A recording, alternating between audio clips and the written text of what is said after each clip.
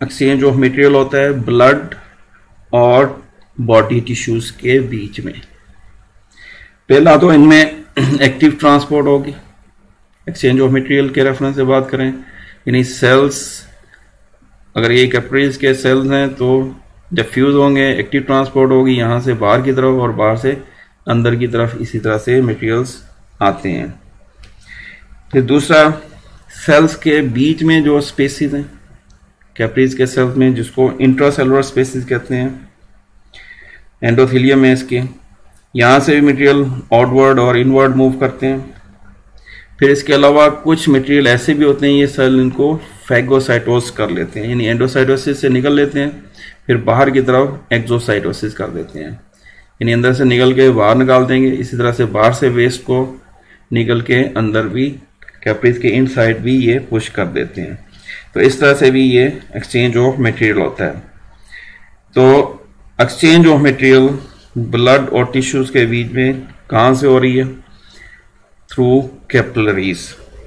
फिर इसके बाद ये तो दो ब्लड वेसल्स होगी, तो तीसरी ब्लड वेसल जो है वो वेन्स हैं। वेन्स उनको कहते हैं जो ब्लड को टूवर्ड्स द हार्ट लेके जाती हैं। तो इनमें अगर स्ट्रक्चर को देखें तो इसके स्ट्रक्चर में भी 3 लेयर्स ही हैं। बाहर कनेक्टिव टिश्यूज जैसे आर्टरीज में, इसके भी कनेक्टिव टिश्यूज हैं। सबसे अंदर वाला जो है एंडोथेलियम है, इसके भी एंडोथेलियम है, लेकिन दरमियान वाली जो लेयर है आर्टरीज में काफ़ी थिक है, मसल्स और स्मूथ मसल्स और इलास्टिक टिश्यूज है, जबकि इसके भी स्मूथ मसल और इलास्टिक टिश्यूज है, लेकिन ये दरमियान वाली या मिडल लेयर इसकी पतली होती है, थिन होती है, आर्टरीज की निस्बत बहुत ज़्यादा थिन होती है। फिर दूसरे डिफरेंसेस भी हैं इसके, जो एंडोथेलियम में डायमीटर ज़्यादा होता है जबकि आर्टरीज में कम होता है, हम डिफरेंसेस में भी पढ़ेंगे। तो इसका मतलब आर्टरीज में लचक ज़्यादा होती है, इलास्टिसिटी ज़्यादा होती है, जबकि वेन्स में इलास्टिसिटी इतनी ज़्यादा नहीं होती। फिर इसके अलावा आर्टरीज में वाल्व नहीं होते, बैक फ्लो को नहीं रोकते क्योंकि पीछे पंप है, प्रेशर से आगे ही ब्लड जाता है, जबकि वेन्स में बैक फ्लो को रोकने के लिए इसमें वाल्व्स भी होते हैं जिनको सेमील्यूनर वाल्व्स कहा जाता है। अब आर्टरीज में तो पीछे हार्ट है जो ब्लड को एक ही डायरेक्शन में पंप कर रहा है। तो उसके बाद ये आर्टरीज से आर्ट्रियोल्स और फिर कैपिलरीज, कैपिलरीज के बाद वेन्यूल, वेन्यूल से ये वेन्स में कन्वर्ट होती हैं। तो यहाँ पे तो कोई पंप नहीं लगा जो पीछे से हार्ट की तरफ ब्लड को फ्लो करे।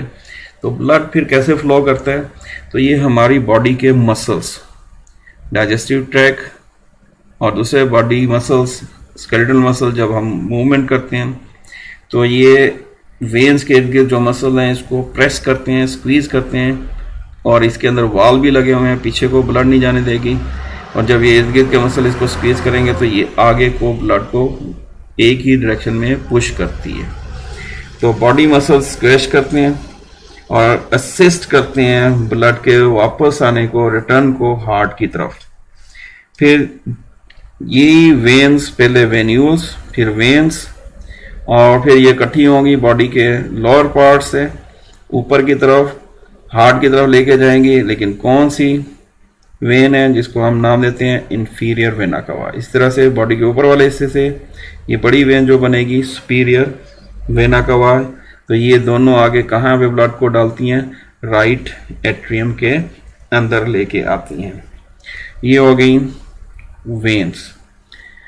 तो आर्टरीज होगी, कैपिलरीज हो गई, वेन्स हो गई।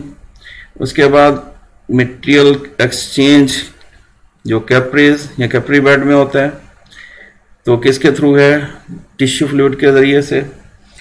तो कैपिलरीज के अंदर जो प्रेशर है उसकी वजह से कैपिलरीज से मटेरियल बाहर निकलते रहते हैं, लिक्विड भी निकलता है, पानी होता है ज़्यादा मकदार में, तो ये सेल्स के इर्द गिर्द फैल जाता है। तो यहाँ पे जो फ्लूइड होगा एक्चुअली ये कैपिलरी से निकला है। पहले ब्लड प्लाज्मा कहलाता था, अब यहाँ पे आके इसको टिश्यू फ्लूइड नाम देंगे। एक तो 2-3 नाम दिए जाते हैं इसको, एक टिश्यू फ्लूइड भी कहा जाता है, इंटरस्टिशियल फ्लूइड भी कहा जाता है, और क्योंकि सेल्स के बाहर है इसलिए एक्स्ट्रा सेलुलर फ्लूइड भी इसको नाम दिया जाता है। तो एक्चुअली ये ब्लड कैपरी से ही लीक करके बाहर निकला होता है, ब्लड प्लाज्मा होता है, बाद में ये टिश्यू फ्लूइड या इंटरस्टिशियल फ्लूइड या फिर एक्स्ट्रा सेलुलर फ्लूइड कहलाता है।